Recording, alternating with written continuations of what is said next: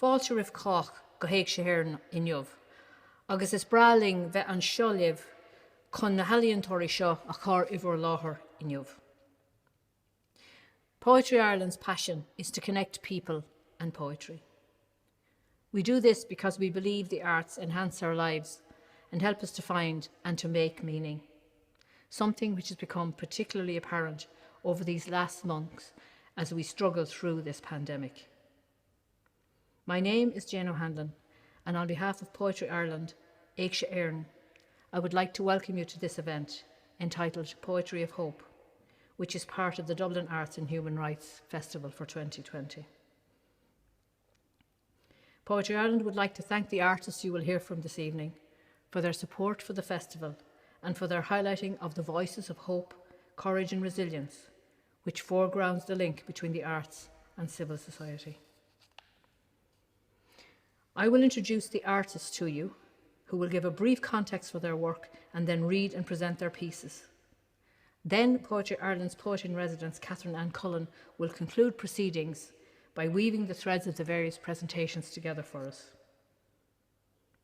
Our readers this evening are Poet and Poet-in-Residence, Catherine Ann Cullen, spoken word artist Jeff Finan, artist Sorcha Fox, poet agus laureate na Nóg Áine Ní Glynn, poet Maria McManus, and writer Leah Mills. Catherine Ann Cullen is Poet-in-Residence at Poetry Ireland. She's a poet, a songwriter and a children's writer. As our inaugural Poet-in-Residence, Catherine has been busy devising daily and weekly poetry prompts and running projects to help people through the isolation and challenging times we're experiencing during this lockdown and beyond. You can follow Catherine Ann on Twitter at @TarryAtHome. Jeff Finan is a performance poet and was the writer-in-residence for Dublin City Council for the Dublin North West area in the summers of 2018 and 2019, and he's currently lecturing on the Voices from the Margins module in NCAD. He was recently commissioned as part of the First Fortnight Festival to write his most recent piece, Gloak, which he presents here tonight, after working with the travelling community. Sorcha Fox is a poet, actor and facilitator. She is working with women in addiction recovery in Blanchardstown on a project called Amplify, and she has most recently worked as a facilitator on The Bed for Corja Arts Festival, Sligo 2020, a project by young artists which is available on YouTube. This project was mentored by Palestinian poet and activist Rafeef Zaida. Sorcha urges everyone to follow Massi, the movement of asylum seekers in Ireland. Bhuailm fáilte a chur roimh na fillí go léir agus go háirithe do Áine Ní Glynn, laureate na Nóg. Áine is an Irish language poet as well as a children's writer. To date, she has published 31 books, 5 collections of poetry for adults, and 26 books for children, which includes poetry, novels, and stories for younger readers, as well as drama. In May 2020, she was appointed Laureate na Nóg, or Children's Laureate. The poem she is reading this evening won the 2020 Strokestown Award. Maria McManus is a poet. She has collaborated extensively with composers, choreographers and dancers. Her most recent collection, Available Light, is published by Ireland House, and she is the artistic director of that most democratic of projects, the Poetry Jukebox, which brings poetry to people. Leah Mills writes novels, short stories, essays, and an occasional blog. Her most recent novel, Fallen, was the Dublin-Belfast Two Cities One Book selection in 2016. She is chair of the board of Irish Pen na hÉireann, which defends writers and reading. And now I would invite you to sit back and to listen to our 6 artists as they present their work to you. My name is Catherine Ann Cullen, and I'm a poet, songwriter and children's writer. Over many years of writing, I have tried to advocate for, to highlight and sometimes campaign for various causes often I've written about women who were incarcerated in the Magdalen laundries in Ireland, and about women who died because the policies in our hospitals didn't prioritise their care. Ireland, trying to amplify the voices of Palestinian artists who are often not heard, and I've written about homelessness and policies that victimise people who already are vulnerable in our society.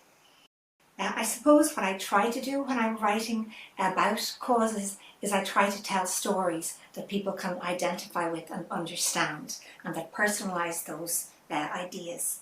I'm going to read 2 poems today. The first one is a true story that happened a couple of years ago along the Royal Canal in Dublin, when Waterways Ireland introduced a very inhumane policy.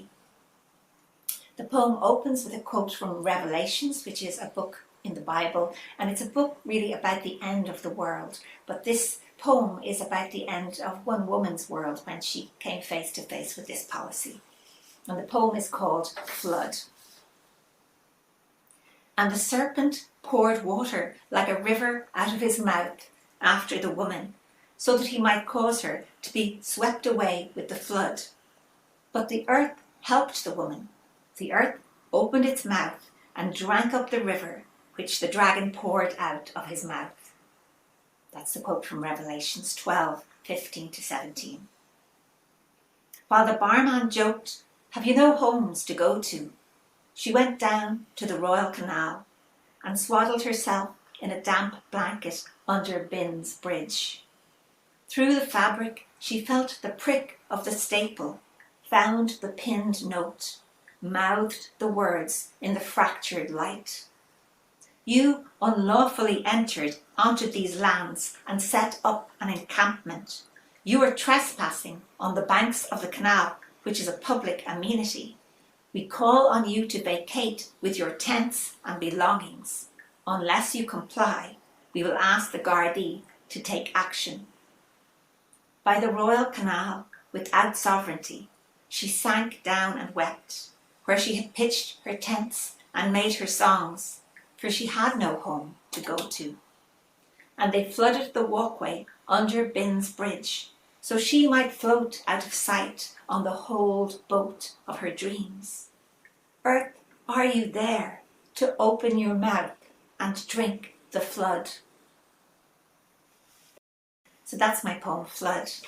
The second poem I'm going to read is one I wrote for Palfest Ireland's Arts Festival a couple of years ago. The poem is really about using art as an act of solidarity. It's a small act of solidarity with people who are in trouble, but hopefully when enough artists come together, it has some effect. The poem is called Paper Boats. I fold my poems into boats to hazard your shore, an origami flotilla bobbing towards the occupation. Between the creases, some words are legible: resistance on the sail, defiance on the flag. And when the gunships spot the word freedom rushing the coast, their shells will rupture my fleet. The boats will sink and then rise, or erupt skywards and then fall, scattering rags of verse across the water. But I folded some so artfully that their blind sides might float past security.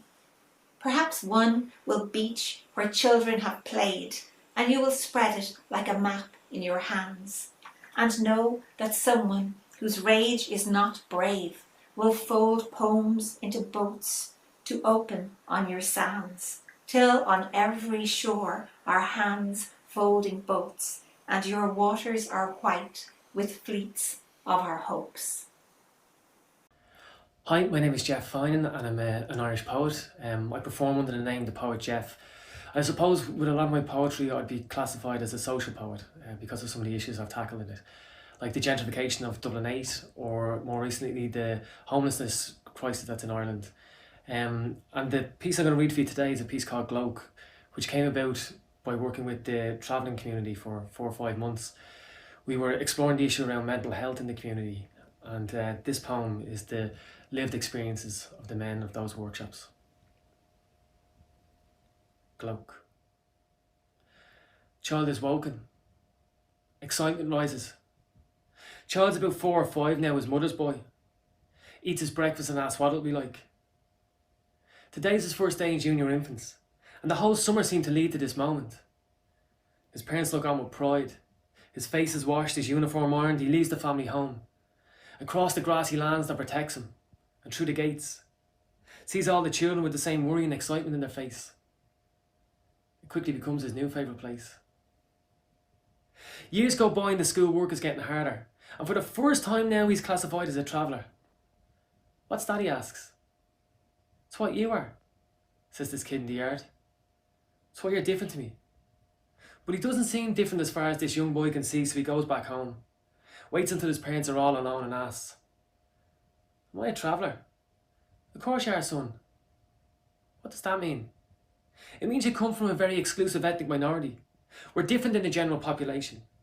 Our traditions are being passed down through time and generations. We used to roam the country helping locals, and we did it with pride. Even during the famine we had the skills to survive. We're good with our hands. Hard workers that could toil any land. We can fix anything that's broken, and we're good with the irons. We're a really close community, where the most important thing is family, and that's why you're so important to us. Child smiles. He feels special. Goes to school, and soon there's a turn in this table. Kid shouts, you're not special, you're scum. I'm not allowed to play with you. My ma told me where you're from. Child stands alone. He's not sure what he's done wrong. He grows up, starts seeing other inequalities. Like, why is it only travellers that have to live at the edge of a motorway? And why isn't there any running water on his side? He was taught in school that this was a basic human right, just like sanitation. But there's no toilets on his side either, just 4 portaloos between over 50 people. If this happened to anywhere else in Ireland, it'd be classified as evil. So why is it alright for travellers? His grandfather blames the politicians, says it's them who promoted this vile segregation, teaches him of the 1963 Commission, how Haughey labelled the forced settling of travellers as the final solution. Taught him how it's people outside that strive to make him different. That's why they insult with names like pikey, knacker, itinerant. That's why he's stuck between a motorway and a wasteland. A wasted land of barren land separated by spiked railings on either side, so travellers understand that they're not welcome here. That's why travellers feature last when it comes to public planning. Even though there's mass overcrowding, why the council's funds for travellers are given back almost every single time. That's not why no one listened after the flames of the tragedy at Carrick Mines. It's why some politicians have celebrated when they've kept travellers out. If you don't believe it, just look at Dublin South, or check around the country and listen to the words that come from some politicians, and even judges' mouths. Beasts. Neanderthals. How is this allowed? Hate speech at any other time is called out, but not now. His father teaches him that it didn't start here. See, you don't have to go back many years to see schoolyards divided with a yellow line. Most of the school playing normally and travellers separated on the other side. Or special classes for travellers. And it didn't matter whether the child was doing well in school at the time. Segregation. That slowly seeps into the subconscious mind of a nation. And lifetime of clear divides that make sure you don't rise above your station. He's angry now. He feels more isolated. Why is his birth a reason for hatred? Grows older. Reads as much as he can. Educates himself. He strives to understand. He reads comment sections online. Sees people blame travellers for drugs and crime and calls them lazy, and this seems crazy. Travellers were always known for their hard work. And yeah, there's crime, but that's across all of society. Why do people only focus on this and not the positive parts of his community? He grows up. Learns he'll have to pretend to be different if he wants equal rights. Travellers are scum. They smash up places and fight. He's never wrecked anywhere in his life. He was brought up with this incredible sense of pride, but having to deny who he is leaves him feeling empty inside. I'm sorry. I don't serve your kind. What? Why? You're a traveller, mate. No, I'm just up from the country for the day. Are you up from the match? Yeah, something like that. These lies of a lifetime hard to comprehend. especially when he's done nothing wrong. They chip away at his self-worth. He's lived a lifetime of pain and a lifetime of hurt. All he ever wanted was to be accepted, but nothing in this life has ever let him. He feels segregated, castigated, degraded and hated. Even parts of his own government seem to be okay with this. What is there to hope for when there's no hope left? How can you see the light when your whole life has been spent in darkness? Years later, a study's done, comparing travellers to the general population, shows that suicide is 7 times more prevalent in traveller men and 5 times more in women. Some people start to take notice. They want to know how it's come to this. He's brought in front of them. They ask him for reasons. He stands there quietly, says he doesn't have all the answers. All he has is this story. Thank you. Hello, my name is Serica Fox, and I'll be reading 2 poems for you today. The first one was written for the Hawkswell Sligo's Come Together project earlier this year, and it's dedicated to the friends that are in it. It's called Ireland May 2020. A woman in a shop in Blanchardstown, still working, reads the roadmap out of lockdown and smiles. A Dublin nurse pulls on her flimsy armour, not knowing if she's safe, terrified she'll bring it home. Goes and does it anyway. Waiting for papers in Sligo, biding her time on the front line. All hands on deck, she said. In her head, the purple of Ferrari Jacaranda and the rest. Beagie Kuhn, as 2 young mothers fill backpacks with baby food in a Carrick and Shannon car park to smuggle past the manager who won't allow food in their rooms. In Daniel O'Connell country, locked in a dirty hotel, a woman, afraid to put her baby down, hoists both of their futures on her back instead and paints a banner. Move us out, it says. She hangs it from her Kerry window ledge. A beaded purse from Palestine is being restitched, steadfast, with love and loss in Laytown. An old stove, brought on a sinking boat from Kurdistan, made it to Greece, survived the camps, is lit again in Leitrim, to bake bread so thin and delicate it glows like a translucent moon. In Clonakilty, the memory of the protection interview, trauma compounded by not being believed, made one side of your face go dead. Looking in the mirror, willing your body back to strength, because you're here now, and you have a baby to protect. A woman battling addiction remembers the sound of her own laughter, and the laughter of her kids, swears they'll never suffer going into care, like she did. A rape survivor, detached from her body on another frozen day, tries to convince her soul that it's safe to come home, and it isn't yet. Picks up a pen. To the people mulling forming government, those words, protection, care, a home. We'll be taking those words back now, because we need them, and you've never known what they've meant. And we have a country to run. A woman whispers into her phone, alone. She asks for help. He watches her, the face through the net curtains a clenched fist she thought was love. She'll pay for this. She knows. But she's had enough.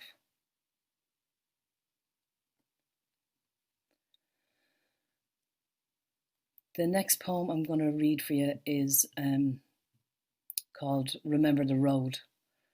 And it was written after discovering the existence of people called runners, who were young kids who used to repeatedly escape from the industrial schools. They'd be captured and brought back, and they'd escape again.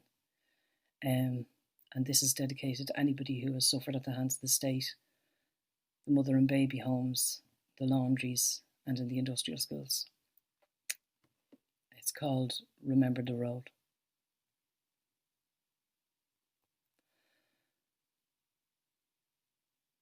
I am a pebble on a Galway road. I am 9. My escape is 1 hour old. Glass, sharp stones, blisters on my soul. I'm running. The air is burning in my throat. My eyes are bleared with tears I can't see from the cold. I got out. I got out. I got out onto the road. I got out to where the small town bleeds to green.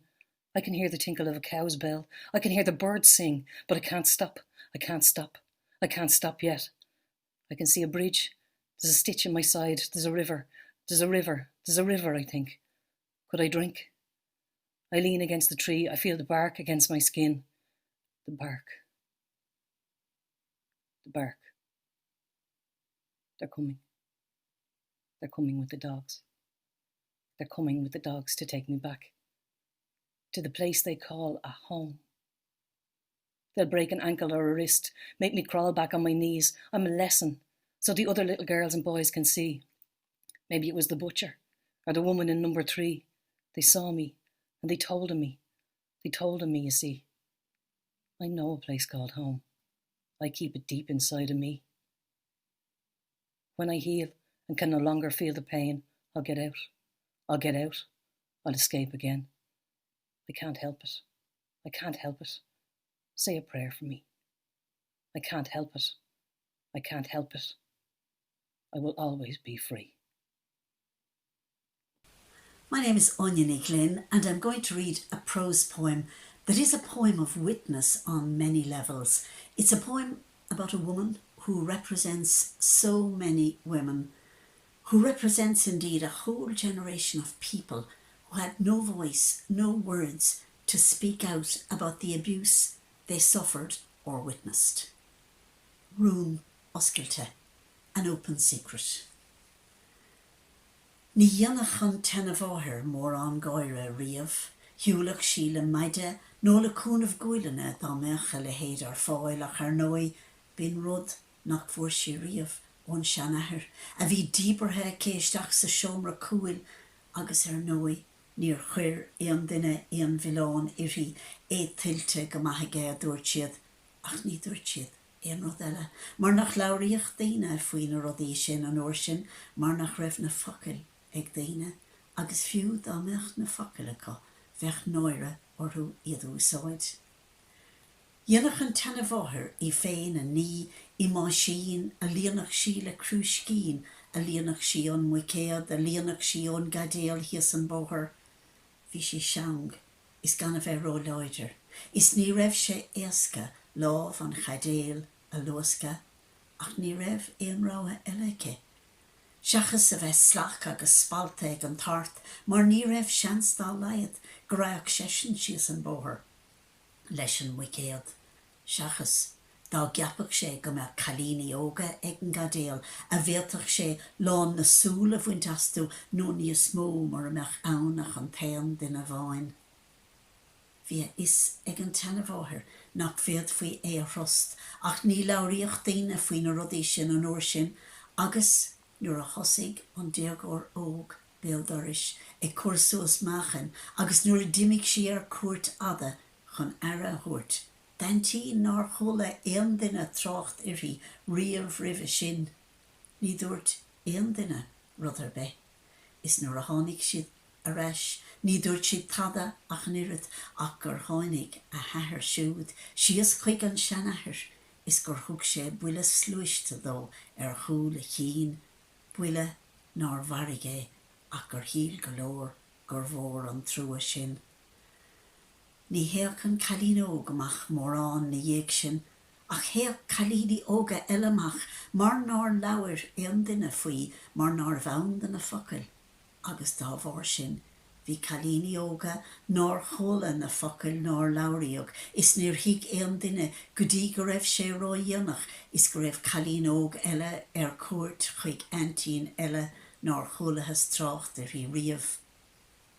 Agus nuair a tháinig siise a reis, tréis ní mí Tháinig a hathair agus a huncail ar a bheith an sáirsin dóid túil é chun an tí agus slúisad an duinecha agus thug siad inig buile don seanathair. Níor tháinig an seanathair chuig a héin I gceart a riamh agus dhíbar an tenamhathair isteach in ospidéal na sean é le go láthach sé chun báis is ní dhearna é an duine gurán. Gach sean scrib na daoine bhí in ospidéal na sean róchean le gurán a dhéanamh. Is cínte bhí siad róchean le go gcuireadh an seanathair isteach orthú fiúdalmach sé an. Nuair a bhí an tenamhathair ag an gadéal is an buicéad á líana aice, níor chuir éon duine a thuairisc, ná níor luigh siad timpiste na slúistí, cé go leagach duine lámh chinasta, éatram ar a ggólan ó ann go chéile. Nuair a fuair sesin bás ar deire, gan iad is cuairteoir a bhainnig ar riamh, thiúil an tenamhathair go dtí na túil iníg na cónra. Gan chóta dubh ná deoir, is nuair a bhí an dornán cré le cathbhaice mar bachúil gan dvaintrach. Rinne si é ar rada a nuas, mar a bheith dornán cloch, álas dá meach an chónra á crústáilice agus bhí. Chunachas ag gadéalaí an bhaitndar gion, agus ag líana a buicéad, agus gan éon bhaidisiúlacha, ach cuma na chuige irí agus gáire ar a béal nach bhacha éon duine sa phróiste le gá scór bliain. I'm Maria McManus. I'm a poet. I live and work in Belfast. My interest in human rights is really driven by the experience of living and growing up in this context where there were endless questions about justice and human rights being at the heart of all conflicts. This poem is called Stranded. It was written for a production called Turf, which I did in the Playhouse in Derry with the choreographer Eileen McClory and with a community group. Stranded. Did you dream a dream of me? I dream of you. I live time going forward, and still I've one foot in the fact of time and all that's past. I stilled myself, and the saddest thing, my love, the most bewildering, is that I am stranded here, still breathing, and you're gone. I want to comfort you even yet, love, stanch the wounds, kiss the pain away, and hold you. I see the place you fell, that unforgiving ground, and I ask, is there a way that we can mend the world? I'm also going to read the last poem in that sequence, which is called The Anthem to End of Wars. Imagine this: the present a point-blank range, its gift a target so unmissable it is reckless and generous. I carry you on my back.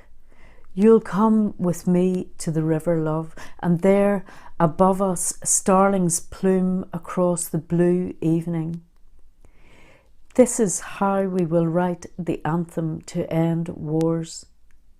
A song for daylight in the morning, a song of stars in a night sky, swallows embroidering smart new clothes for the city.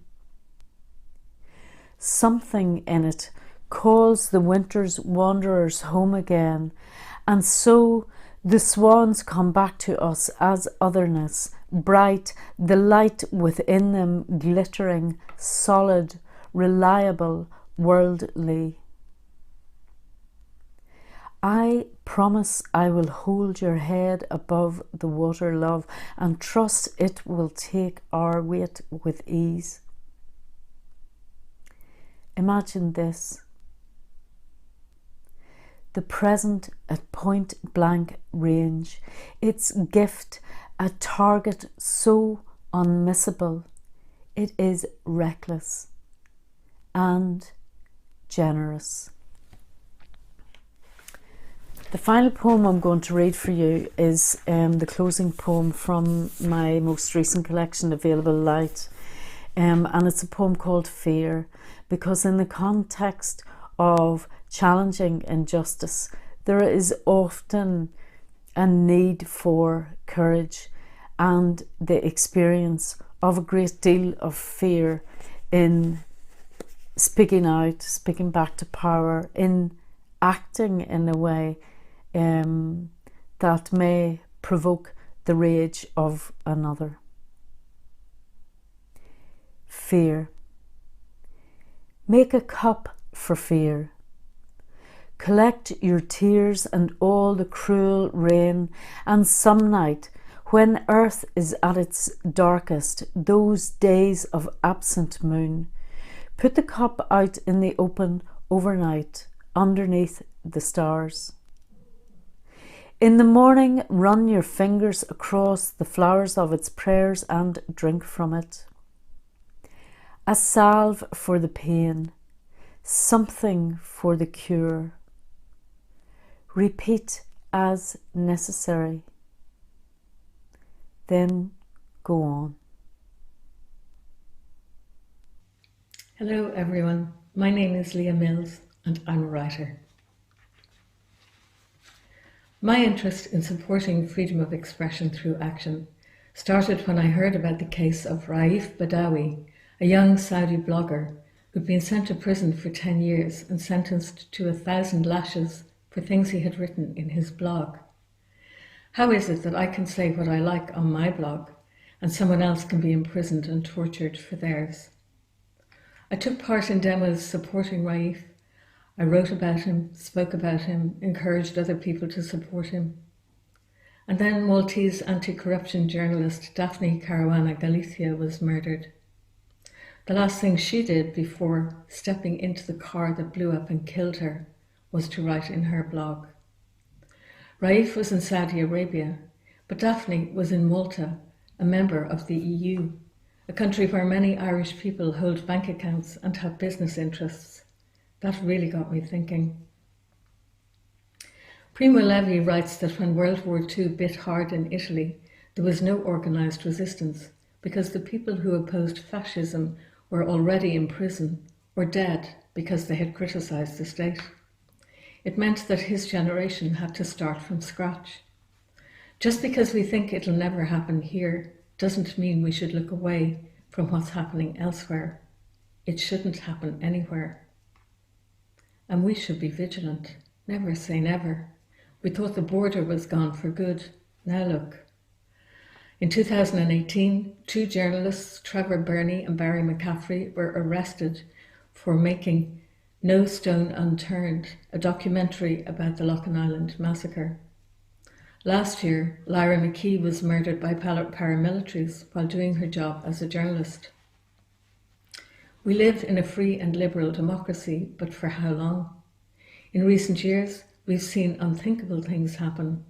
Leaders who lie with absolute impunity, the rapid spread of misinformation and online harassment, the rise of populism, the far right, and incitement to hatred. The exploitation, abuse, and erosion of language is a feature of all these things. Language is the most precious resource we have, and its corruption worries me. The need to preserve and defend our human ability to articulate and communicate ideas and to understand one another is as vital as it's under threat, and that's a primary motivator for me as a writer. Language is my medium. I love it, and I worry about all we stand to lose through its degradation. I'll read an extract from an essay I wrote about Kurdish writer and activist Nurjan Baysal with her cooperation, for a collection published by Frontline Defenders and Fighting Words. Yes, we still drink coffee. Nurcan, her name means full of light, is a Kurdish human rights activist and writer in Turkey. She's been active in poverty and development issues and in setting up a number of NGOs in the region, working with Kurdish and Turkish intellectuals, activists and academics from different backgrounds towards peace and reconciliation. She's won many awards for her work. She's at risk because her journalism, blogs and other writing focus on human rights and war crimes. So this is from Too Much Silence. Around midnight, one Sunday near the end of January 2018, a sudden explosion of noise shook the front door and the walls of Nurcan Bayzel's home in Diyarbakir, a city in southeastern Turkey. She thought it was an earthquake. Her second thought was that the house was being bombed. Then, as the walls crumbled, she realised it was the police trying to batter their way through her front door. She shouted at her husband, "Take the children! Hide the children!" as 20 masked men with Kalashnikovs burst into her house. She says, "They carried the tools of war as though making an assault on a major terrorist hideout. I thought they had come to kill me. Instead, they took her away to prison." Nurcan was arrested because she posted a series of tweets condemning the Turkish government's military action in Afrin, a Kurdish enclave in northwest Syria, and calling for peace. She's accused of promoting terrorist propaganda and calling for provocative action. Since her arrest, she posted the 5 tweets that got her into trouble on her blog to demonstrate that far from calling for retaliation, they call for a cessation of violence. In one, she retweeted a photograph of a child who'd been killed by a bomb with a message, "Those who want war, look at this picture. This child died." In another tweet, she called the government out on the codename they gave their military campaign, Operation Olive Branch. What are coming from tanks are not olive branches, they are bombs. When they drop, people are dying. Lives are ending. Her blog post continues, "As you can see, these tweets do not contain terrorist propaganda, and I did not call for, nor am I calling for, provocative action or violence.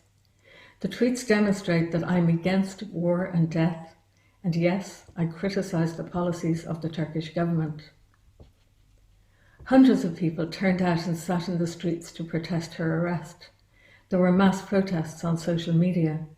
These were not only members of the Kurdish party, but people from across the political spectrum, even some right-wing people, she says. They were afraid for her, afraid of what might happen to her in prison. Almost 600 people were detained in the same month, but she was released after 3 days pending a future trial. She believes the authorities let her go because so many people protested her arrest. That, in combination with the level of international concern, made her case more visible than most. One organisation that campaigns for responsible freedom of expression is PEN International. I'm currently chair of a steering group that's about to relaunch Irish PEN, PEN na hÉireann, on the 15th of November, the day of the imprisoned writer. Please consider joining us. Thank you. Catherine Ann Cullen here again, this time speaking to you from Poetry Ireland, where we hope to welcome you all back before too long. It's very important to us here at Poetry Ireland to take part in the Dublin Arts and Human Rights Festival. In the course of this Poetry of Witness event, we've heard Irish writers express their solidarity with writers at home and abroad whose livelihoods and whose lives have been lost and whose freedom of speech has been threatened or taken away. We've heard poets presenting their work about the long resonance of injustices in Northern Ireland and about the human rights at the heart of conflict. And we've also heard about the ingrained discrimination against Irish travellers, which has affected the mental health of many people in that community. We've heard about how people ignored the abuse of young women and children in their own homes and their communities and in the industrial schools, and again the long legacy of those abuses. We've heard of the erosion of language as a propaganda tool and how we need to take words back, words like home and protection, so they have real meaning. We've also heard how artists try to challenge repressive regimes with their work, and how in doing that they challenge their own fears and try to make space for hope. As our laureate na Nóg Áine Ní Glynn said in her powerful piece, Ní dúirt aon duine rud ar bith. Nobody said anything. As writers, it's our work to say something and to bear witness. Thank you for joining us today. You'll find more poetry events at poetryireland.ie. But in the meantime, from all the writers today, Sorcha Fox, Jeff Finan, Maria McManus, Leah Mills, Áine Ní Glynn, agus Uamse Catherine Ann Cullen. Slán agus go dté sibh slán. Goodbye and stay safe.